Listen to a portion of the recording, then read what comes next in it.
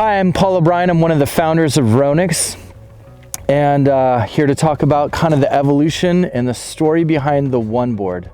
And Ford has a Mustang, Anheuser-Busch has Budweiser, Burton has Custom, and for us, our flagship has been this guy, the One board. And so before I really talk about the story behind the One board, kind of need to know the story behind Ronix.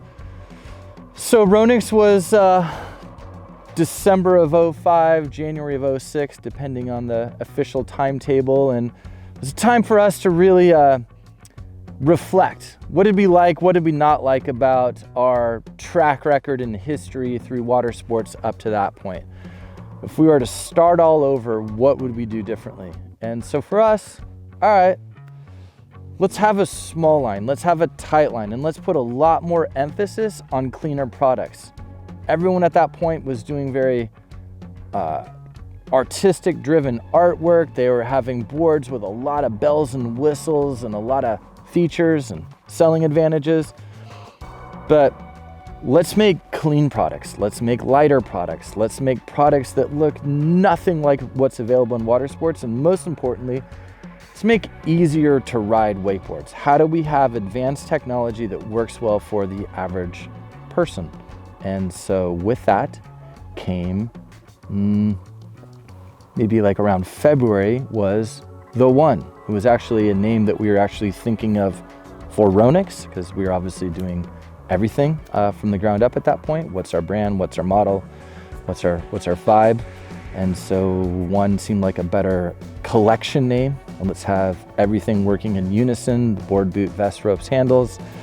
And so we came out with a white graphic, a clean graphic, something that made no sense to the, like the portrayal of wakeboarding at that time. And let's make a lighter, thinner profiled board, and like I said, an easier to ride board. And so in August of 06 was the unveiling of the One board. And shortly thereafterwards, there was urban legends of riders that would be endorsing this series that were also owners of the company, and they're doing 1080s, but it was before the social media age, so it was more of an urban legend, which kind of really added to the whole mystique of our brand. And it's like a fairy tale. And so Mr. Danny Harf did do all those fine things for us, and it really, again, it's the flagship and the pillar to our brand in many ways.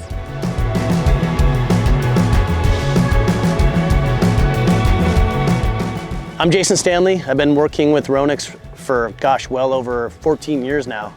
Back in the day, originally, when we came to Ronix and started this whole thing, we were like, we need to almost reinvent ourselves, and come up with some just fresh new stuff, And so we, got with some riders here and there, whether it be Ruck and, and Chad and Adam and all those guys and stuff like that. And we got to make this new board, and we didn't have names for it or anything like that. We were doing everything right down here in the green building at Radar Lake, It was me grinding on foam over in the corner, and it was Brian Gardner, the president of Ronix and Square One, right with his desk right over there. He's getting blown with foam, and and everybody's having to smell the resin and stuff like that. And we were like, all these boards for so long were so, they were thick, they were heavy, they had sharp rail around the whole thing, not anything super like, everything was just kind of almost stale at that time or something. So we were like, we need to work on this, try some different things. So we basically came up with the One board that first year, basically being our first board we ever actually programmed into CAD and, put it into aluminum molds and everything. It was the first shape we ever did at Ronix. Like I said, the One board has just definitely been like the anchor to our company in so many ways. It's defined progression, double flips, 1080s, 1260s, but it's easy. It's such an easy board to ride, and that's why I'm so excited that I think going into our 15th or 16th year, we now have Blackout Technology in the One board.